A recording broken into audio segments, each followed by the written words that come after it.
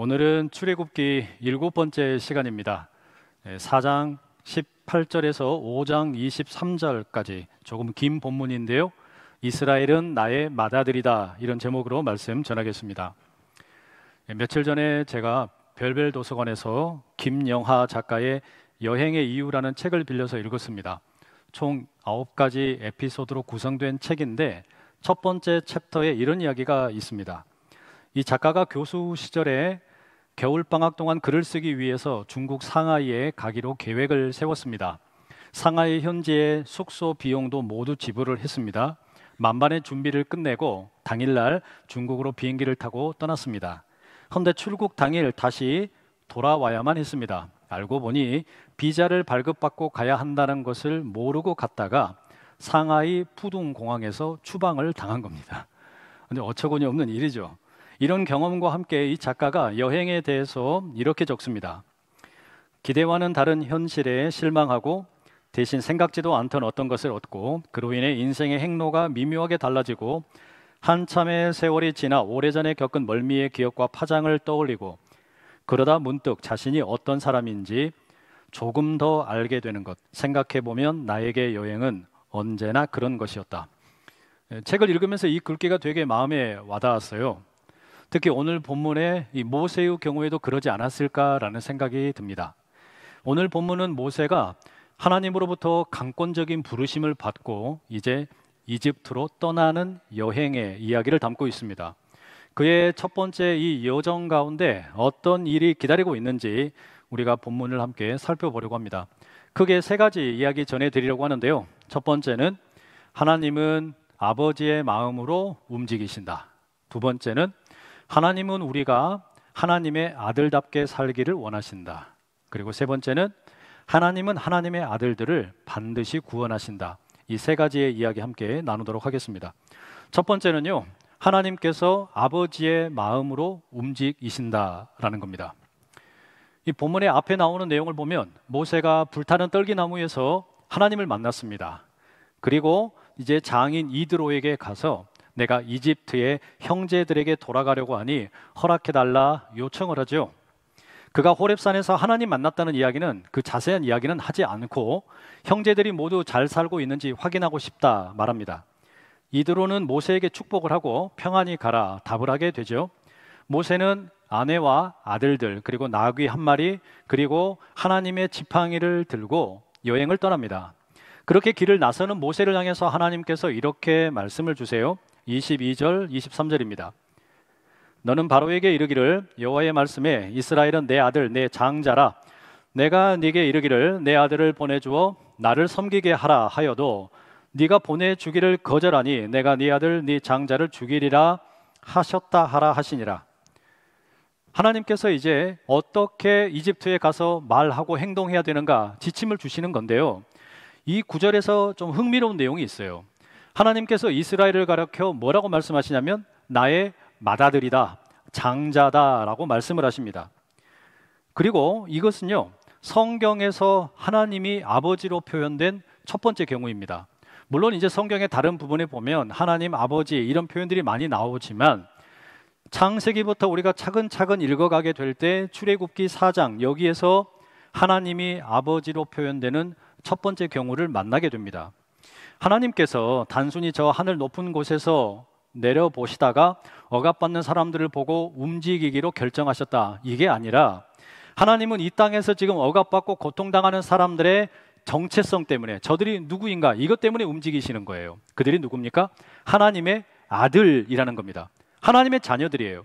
그리고 하나님은 그들의 아버지가 되신다라는 거죠. 그래서 하나님이 이 땅에서 일하시는 이유, 그것은 하나님의 아버지의 마음으로 움직이신다라는 거죠.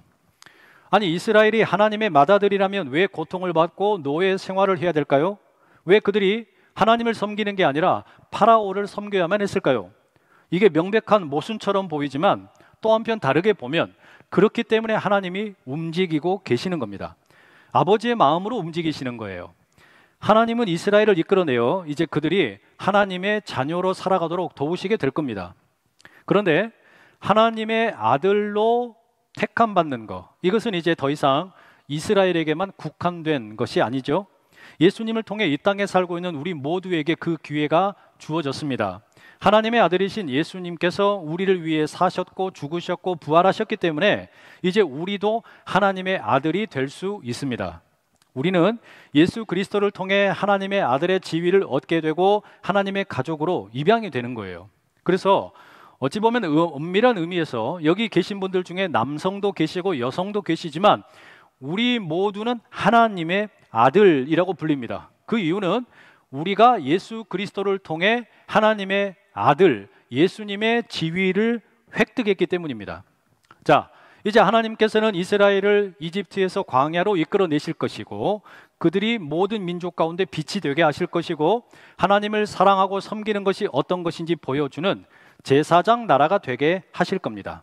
이게 하나님께서 일하는 방식이에요. 하나님이 어떻게 일하시냐? 하나님은 그냥 불쌍히 여기는 마음으로 일하시는 게 아니라 아버지의 마음으로, 여러분 모두의 아버지가 되셔서 그 아버지의 마음으로 일하십니다.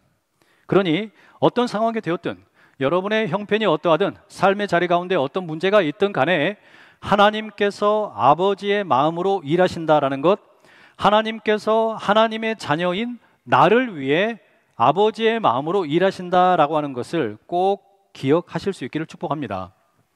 그 다음에 두 번째, 우리가 본문에서 배우는 것은요, 하나님께서는 우리가 하나님의 아들답게 행동하기를 원하신다라는 점입니다. 이어지는 4장 24절에서 26절에 이런 말씀이 있습니다. 모세가 길을 가다가 숙소에 있을 때에 여호와께서 그를 만나사 그를 죽이려 하신지라. 십보라가 돌칼을 가져다가 그의 아들의 포피를 베어 그의 발에 갖다 대며 이르되 당신은 참으로 내게 피 남편이로다 하니 여호와께서 그를 놓아 주시니라. 그때에 십보라가 피 남편이라 함은 할례 때문이었더라. 여러분, 이 구절을 보면 앞의 내용과 이어지는 이 내용이 상당히 이해하기가 어려워요. 왜 그런가 하면 앞에 하나님께서는 이스라엘을 가리켜 하나님의 장자 맏아들이라고 부르셨고요, 파라오가 이스라엘을 떠나지 않도록 하면 파라오의 아들을, 장자를 죽일 것이다 경고하는 내용도 봤습니다. 그런데 이 구절에 보면 갑자기 모세의 아들에 대한 이야기가 나옵니다. 심지어 하나님께서 모세를 죽이려고 하시는 거예요. 모세와 하나님이 만났을 때 모세는 이집트에 가지 않겠다고 5번이나 거절을 했었죠. 그럼에도 불구하고 하나님께서 억지로 설득을 하셔가지고 모세를 지금 이집트에 보내고 계시는 겁니다. 아니, 그런데 어떻게 모세를 죽이려고 하실 수 있냐라는 말이에요. 이제 막 그 여행을 떠나고 있는데 말입니다. 모세가 절대 죽으면 안 되죠. 하나님께서는 모세를 절대 죽여서는 아니지 되십니다. 그렇다면 이 본문에 방금 읽어드린 이 내용은 도대체 뭔 의미를 갖고 있는 걸까요? 이 이야기에 보면 지금 모세가 가족들과 함께 길을 가고 있는데요, 어디를 가고 있는지, 언제 가고 있는 것인지 아무런 정보가 없습니다. 다만 어느 숙소에서 쉬고 있을 때 갑자기 하나님께서 모세를 덮치셔가지고 죽이려고 하시는 거예요. 모세가 쓰러져서 경련을 일으킨 것인지 뭐 어떤 상황인지 정확히는 모르겠지만 그때 모세의 아내인 십보라는 왜 하나님이 모세를 죽이려고 했는지 이 원인을 잘 압니다. 서둘러서 돌칼을 가지고 와가지고 아들의 할례를 행합니다. 그리고 잘라낸 포피를 모세의 발에다가 던지는 거예요. 그리고 뭐라 그러냐, 모세 당신은 나에게 피 남편이다. 쉽게 말하면 피비린내 나는 남편이다, 이런 뜻입니다. 이 이야기가 참 이해하기 쉽지 않아요. 그럼에도 우리가 몇 가지 정보는 확인할 수 있는데 그 중에 첫 번째는 이 사건의 중심에 할례가 있다는 것이고요, 그 다음에 두 번째는 하나님께서 모세와 십보라에게 무언가를 돌이킬 수 있도록 잘못된 것을 바로 잡을 수 있는 기회를 주고 계신다라는 겁니다. 여러분, 그러면 하나님께서 지금 이 원하시는 게 뭘까요? 아마도 그것은 모세로 하여금 할례를 무시하지 말고 이스라엘의 조상들이 그랬던 것처럼, 이스라엘의 다른 부모들이 그랬던 것처럼 아들에게 할례를 행하길 원하셨던 것 같습니다.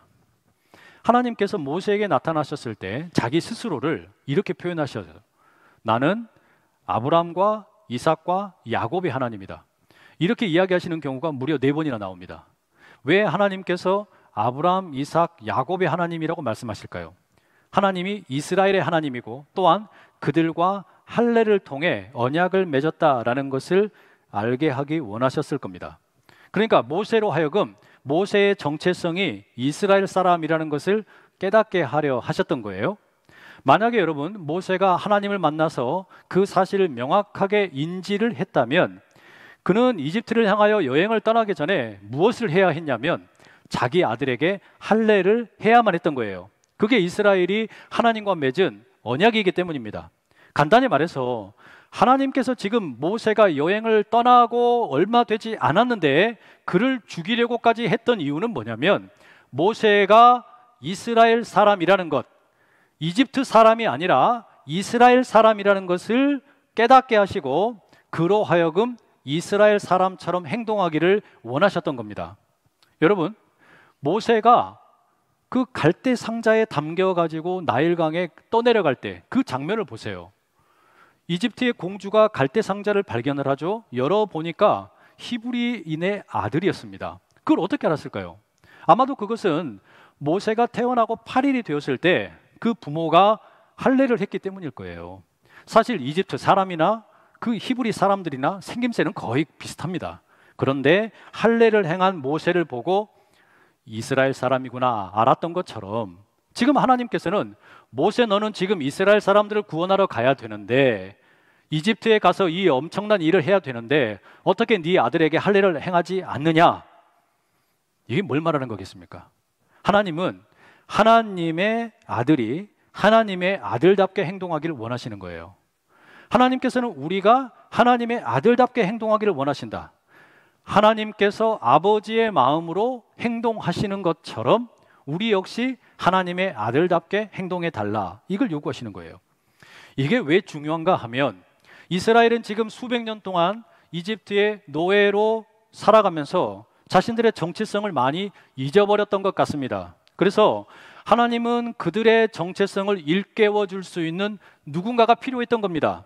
정체성을 잃어버린 히브리 사람들에게 당신들은 하나님의 아들이다 이것을 깨우치고 그들이 하나님의 아들답게 살 수 있도록 도울 사람이 필요했다는 이야기예요. 그게 누굽니까?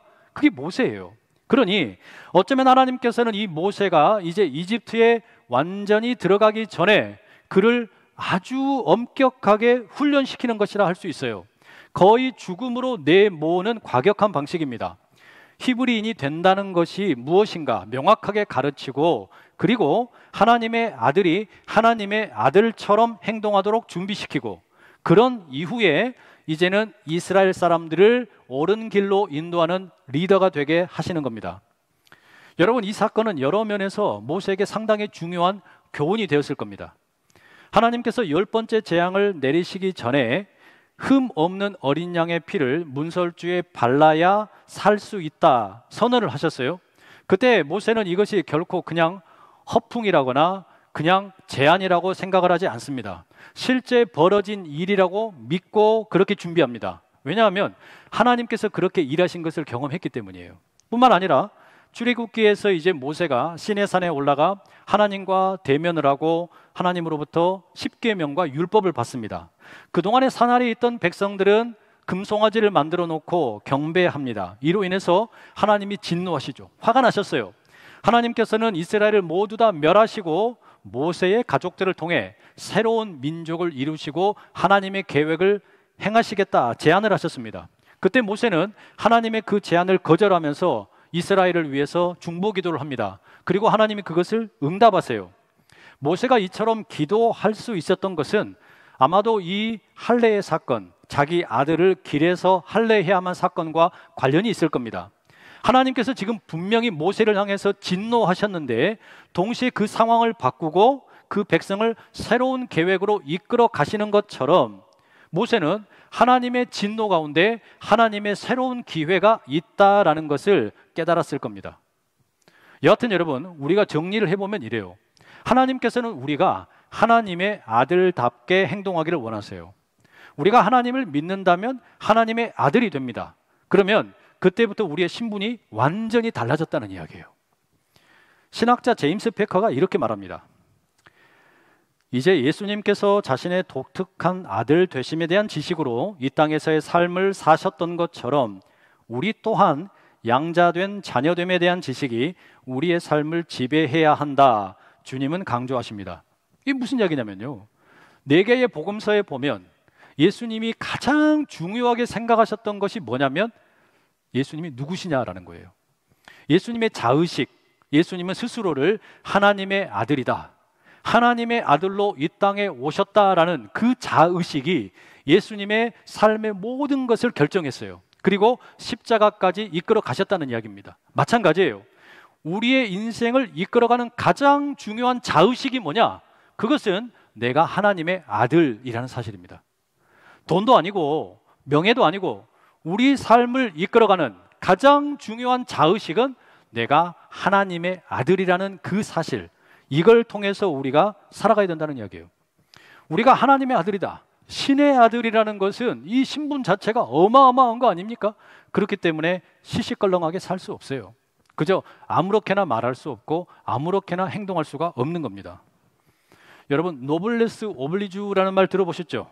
프랑스에서 유래한 말인데, 노블레스, 고귀한 신분은 오블리주, 의무를 따른다, 이런 표현입니다.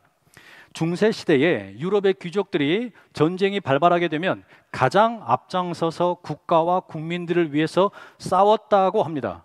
바로 이와 같은 정신, 그게 오늘날에도 정치인이나 기업가와 같은 이 사회 지도층이 사회적인 책임을 실천해야 된다, 그걸 노블레스 오블리주라고 표현을 해요. 그런데 노블레스 오블리주를 정말로 감당해야 될 사람이 누구냐면 저와 여러분들이에요. 왜냐하면 우리의 신분이 하나님의 자녀, 하나님의 아들이기 때문입니다. 아니, 세상에 여러분, 대통령이나 장관이나 국회의원보다 제일 높은 신분이 뭡니까? 하나님의 아들이잖아요. 하나님의 아들 된 것보다 더 높은 신분이 어디 있겠어요? 영적으로 가장 높은 신분이 우리에게 주어졌기 때문에 거기에 걸맞게 우리는 말하는 겁니다. 그래서 우리는 거기에 걸맞게 사는 거란 이야기예요. 그러니 하나님의 아들이 되었으니 하나님의 아들답게 고귀하게 살아가는 우리 모든 성도님들 되시기를 축복합니다. 옆에 있는 분들에게 이렇게 한번 축복 한번 해주세요. 당신은 하나님의 자녀입니다. 그리고 한 번 더 이렇게 이야기해 주세요. 그러니 하나님의 자녀답게 삽시다. 마지막 세 번째, 이 본문에서 우리는 하나님께서는 하나님의 아들들을 반드시 구원하신다, 이 사실을 배우게 됩니다. 4장 27절에서 마지막 5장 23절까지 이어지는 이 긴 내용을 보게 되면요, 모세와 이제 아론이 드디어 만납니다. 모세가 3살 형을 만나요. 그리고 모세와 아론이 이제 파라오를 찾아갑니다. 파라오는 이집트의 최고의 신이죠. 그리고 자기 스스로를 태양의 신이라고 불렀습니다. 태양의 아들이라고 불렀어요. 한 고대 비문에 보면 파라오가 자기 자신을 이렇게 선언했다 전해집니다. 나는 곧 존재했던 자요, 존재하는 자요, 존재할 자다. 누구도 나의 베일을 벗긴 적이 없다. 와, 아주 대단한 선언이죠. 근데 여러분, 나는 존재했고 존재하고 있고 존재할 것이다. 여러분, 이 표현 어디서 많이 들어본 것 같지 않습니까? 하나님께서 모세를 만나셨을 때 모세가 하나님에게 하나님의 이름을 물었어요. 하나님 뭐라 그랬어요? 나는 스스로 있는 자다. I am who I am 그랬어요. 그런데 이 파라오도, 이집트의 임금 파라오 역시 자기를 그렇게 생각을 한 거예요. 나는 과거에도 있었고 지금도 있고 미래도 있을 것이다. 어마어마한 자기 자의식이 있는 거예요. 이와 같은 파라오, 스스로가 신이라고, 그리고 다른 사람들로부터 신으로 추앙받던 인물에게 모세가 나아갑니다. 그리고 말하는 거예요. 이스라엘을 풀어주시라. 모세가 하나님을 대신해서 이렇게 말합니다. 5장 1절, 내 백성을 보내라. 그러면 그들이 광야에서 내 앞에 절기를 지킬 것이니라. 여러분, 이 말을 보면, 이 모세가 하는 이 말을 보면 완전한 자유를 지금 요구하는 게 아니죠. 다만 일주일 정도 종교 행위를 할 수 있도록, 예배를 드릴 수 있도록 해달라는 요청입니다. 이것은 이집트 사람들도 다 알고 있는 내용입니다. 그런데 파라오가 이와 같은 모세의 요청을 거절합니다. 왜 그런 줄 아세요? 모세에게 이제 더 이상, 이 파라오에게 이스라엘 백성들은 더 이상 그 숫자가 늘어나는 것을 두려워할 그런 존재들이 아닙니다. 옛날에는 이스라엘 숫자가 늘어나서 쿠데타가 일어날까 염려했는데 지금은요, 이스라엘 사람들은 다 노예예요. 그러니까 파라오의 재산과 같습니다. 히브리 노예들이 벽돌 제조를 잘 해가지고 이걸 통해서 이집트 사회가 아주 성장을 하고 있습니다. 발전하고 있어요. 파라오는 그와 같은 성장을 멈출 생각이 전혀 없는 거죠. 모든 경제 지표가 올라갑니다. 주식도 주가도 계속 늘어나고 있어요. 이 얼마나 좋아요. 그런데 이스라엘 노예들이 예배를 드리겠다고 쉬겠다고 하는데 이걸 허용하겠습니까? 그렇게 하지 않죠. 파라오가 비웃으면서 이렇게 말합니다. 5장 2절, 여호와가 누구이기에 내가 그의 목소리를 듣고 이스라엘을 보내겠느냐? 나는 여호와를 알지 못하니 이스라엘을 보내지 아니하리라. 아주 거만하게 파라오가 이렇게 말하는 겁니다. 여호와가 누군데? 하나님이 누군데? 이렇게 지금 아주 비웃고 있어요. 여러분, 여기서 이제 본격적으로 신과 신의 싸움이 벌어집니다. 진짜 신이 누구냐? 여호와가 진짜 신이냐? 파라오가 진짜 신이냐? 이 싸움이 벌어지는 거예요. 우리는 출애굽기의 결말을 잘 알고 있는데 이야기의 초반부에서부터 이미 단서가 주어집니다. 성경에 보면 파라오의 이름이 나오지 않습니다. 역사적으로 많은 파라오들의 이름이 있는데 성경 속에서 하나님과 대적했던 이 파라오는 누군지 알 수가 없어요. 반면에 하나님께서 사용하셨던 히브리인들의 산파 십브라와 부하와 같은 여인들은 이름이 나옵니다. 그러니 파라오가 아주 기고만장하게 하나님이 누군데? 여호와가 누군데? 이렇게 지금 묻고 있지만 사실상 여러분, 이 본문에서 하나님과 또한 성경을 읽고 있는 독자들이 오히려 되묻습니다. 파라오가 누군데? 그 파라오가 도대체 뭔데? 하나님께서는요, 그 파라오, 그 이집트 사회 최고의 권력자 이름조차도 언급할 가치가 없다고 여기시는 겁니다. 그러면 이제 파라오는 이 모세와 아론의 요구를 거절하면서 어떻게 반응하느냐? 파라오는요, 이스라엘 백성들이 더 노동을 심하게 하도록 몰아붙입니다. 그리고 결국에 모세와 아론이 이스라엘 백성들로부터 비난을 받도록, 미움을 받도록 계략을 세웁니다. 그게 뭐냐면 이스라엘 백성들이 주로 했던 일이 벽돌을 만드는 일이었는데요, 당시에 벽돌을 만들기 위해서는 지푸라기가 꼭 필요한 재료였나 봅니다. 전에는 지푸라기를 그냥 공급을 해줬는데 이제부터는 지푸라기도 너희들이 알아서 구해라.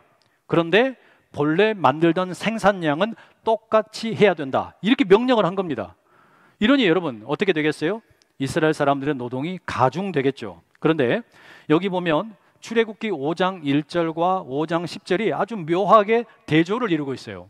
5장 1절에 모세가 파라오에게 말하기를 여호와께서 이렇게 말씀하시기를 이렇게 이야기했습니다. 그런데 5장 10절에 보면 파라오의 관리들이 의식적으로 하나님을 조롱하며 이렇게 말합니다. 파라오가 이렇게 말하기를, 여호와께서 이렇게 말씀하셨다. 그런데 그것을 비웃으면서 파라오는 이렇게 말한다. 이렇게 비웃고 있는 거예요. 그러니 파라오와 그의 관리들은 어떻게 생각하는 겁니까? 하나님이 누군데? 그까짓 거 뭔데? 내가 말하는 게 곧 법이다. 이렇게 지금 이야기하고 있는 셈입니다. 여러분, 성경에 보면 이 파라오처럼 하나님을 대적했던 인물들이 꽤 많습니다. 아수르의 왕 사네립은 하나님이 다른 패배한 민족들의 신과 다를 바 없다 조롱을 했습니다. 바벨론의 왕이었던 느부갓네살은 하나님의 사람들이 풀무불에서 살아날 수 있겠냐 비웃었습니다. 본디오 빌라도는 예수님의 생사 여탈권이 자기에게 있다라고 착각을 했습니다. 헤롯은 스스로 하나님의 영광을 취하다가 아주 끔찍하게 죽음을 맞았습니다. 성경뿐만 아니라 우리의 역사 속에서 교만한 권력자들이 자기 스스로를 높이다가 패망하는 이야기를 너무너무 잘 알아요.